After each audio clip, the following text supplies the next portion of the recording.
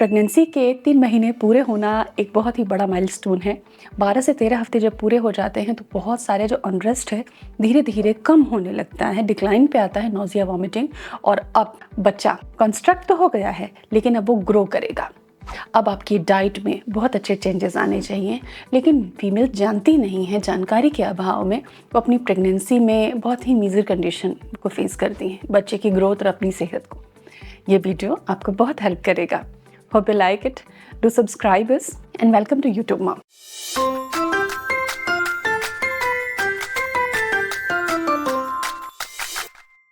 Pregnancy के शुरू के 3 महीने बहुत ही संवेदनशील होते हैं, क्रूशियल माने जाते हैं।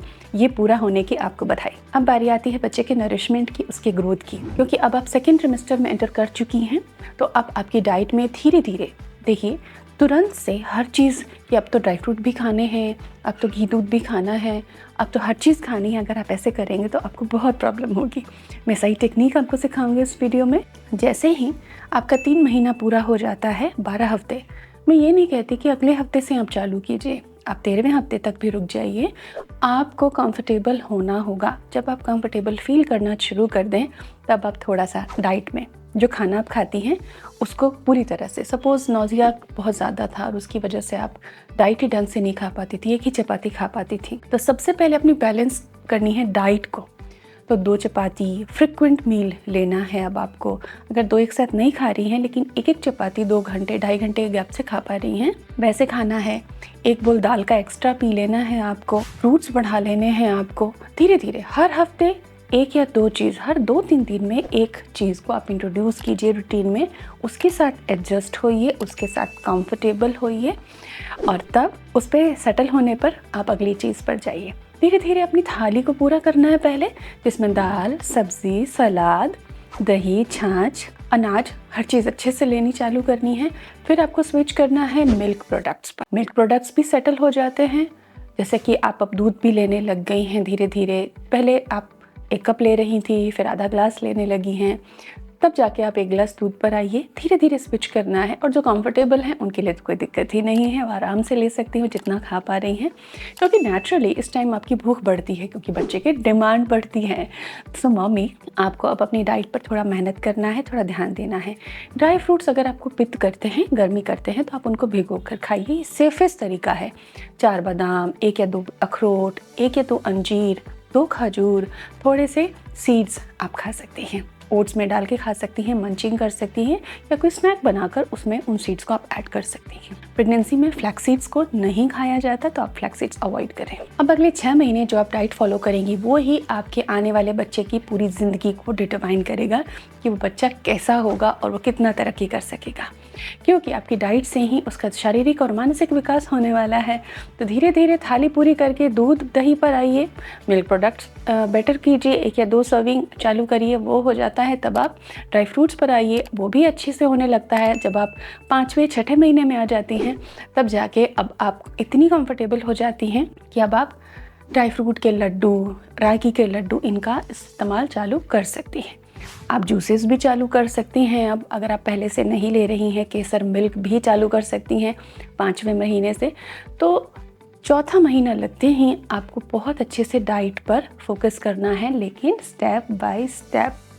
जंक फूड बिल्कुल नहीं खाना है कि हाँ 3 महीने थोड़ा सा वो था, रिस्ट्रिक्शन था, तो आप मोमोज़ खा लेते हैं, आप नूडल्स खा लेते हैं। ऐसा नहीं करना है आपको, क्योंकि एक भी मील आपने जंक की खाई तो आपका बच्चा न्यूट्रिशन से वंचित रह जाएगा। बच्चे को हर मील में अच्छा न्यूट्रिशन चाहिए, प्रोटीन चाहिए, विटामिन चाहिए। सेकेंड ट्रिमेस्टर में बच्चा रैपिड ग्रो करता है और वेट गेन करता है, तो आपकी हर प्लेट, हर मील, जो फूड आप खा रही हैं वो बहुत हेल्दी होना चाहिए। मुंह में डालने से पहले आप इसको इंश्योर ज़रूर कर लीजिए। कोशिश करें कि मिल्क का कोई भी एक प्रोडक्ट आप ज़रूर ले पाएँ।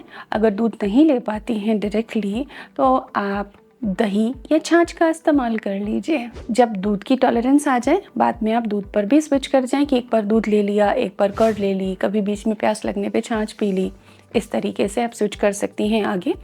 तो मिल्क बहुत ज़रूरी है बच्चे के बोन्स की डेवलपमेंट के लिए। जब बच्चा होगा तो उसकी हड्डियाँ बड़ी मजबूत होंगी और बच्चे के शरीर में एक स्ट्रेंथ होगी आपको खुशी मिलेगी इसको देखकर, तो उसका काम आपको प्रेगनेंसी में ही करना है। मूंग और मसूर की दाल आपको बहुत अच्छे से यूज़ करनी है। प्रेगनेंसी में 2 दालें बहुत अच्छी हैं। अरहर की दाल आप कम इस्तेमाल करें तो ज़्यादा अच्छा होगा। अरहर की दाल आपको यूज़ करनी है तो उसमें थोड़ा इमली या कोकम का इस्तेमाल करें। मूंग मसूर में प्रोटीन अच्छा है और वो ईजिली डाइजेस्टेबल है, और ये बच्चे के वेट गेन के लिए बहुत ज़रूरी है और आपकी सेहत के लिए बहुत ज़रूरी है, क्योंकि जब भूख बार बार लगती है तब हमें बार बार कुछ खाने को चाहिए होता है।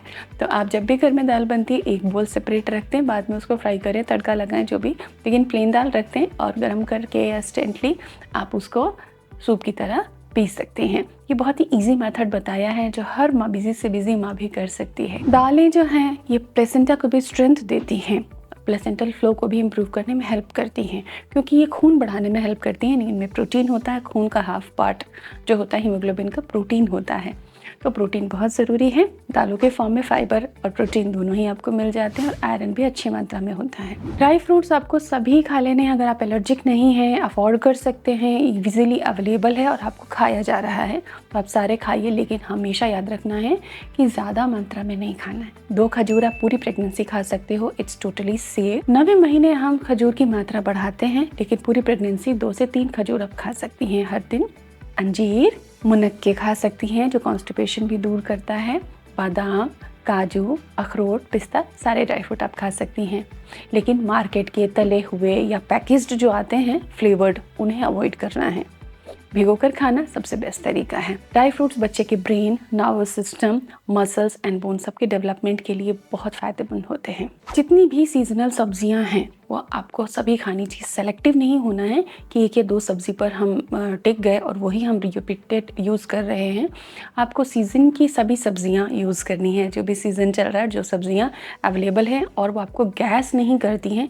थोड़ी बहुत गैस कई सब्जियां करती हैं, कुछ बीन्स करती हैं, तो हींग का इस्तेमाल करें, थोड़ा सा उसमें आप टमाटो का इस्तेमाल करें, गैस कम बनेगी। और बटर मिल्क लेंगे खाने के साथ में तो गैस काफ़ी ठीक रहेगी। देखिए 3 महीने के बाद केवल पेट भर कर खाना इम्पॉर्टेंट नहीं है, हर बाइट में बढ़िया न्यूट्रिशन जाना चाहिए शरीर में। इसीलिए अपने आसपास उन्हीं चीज़ों को रखें जिनमें भरपूर न्यूट्रिशन है। कई सारे लड्डू एंड बहुत सारी चीज़ें जो प्रेगनेंसी में खाई जा सकती हैं, इस वीडियो में मैंने रिकमेंड किया है, आप ज़रूर ट्राई कीजिए उनको।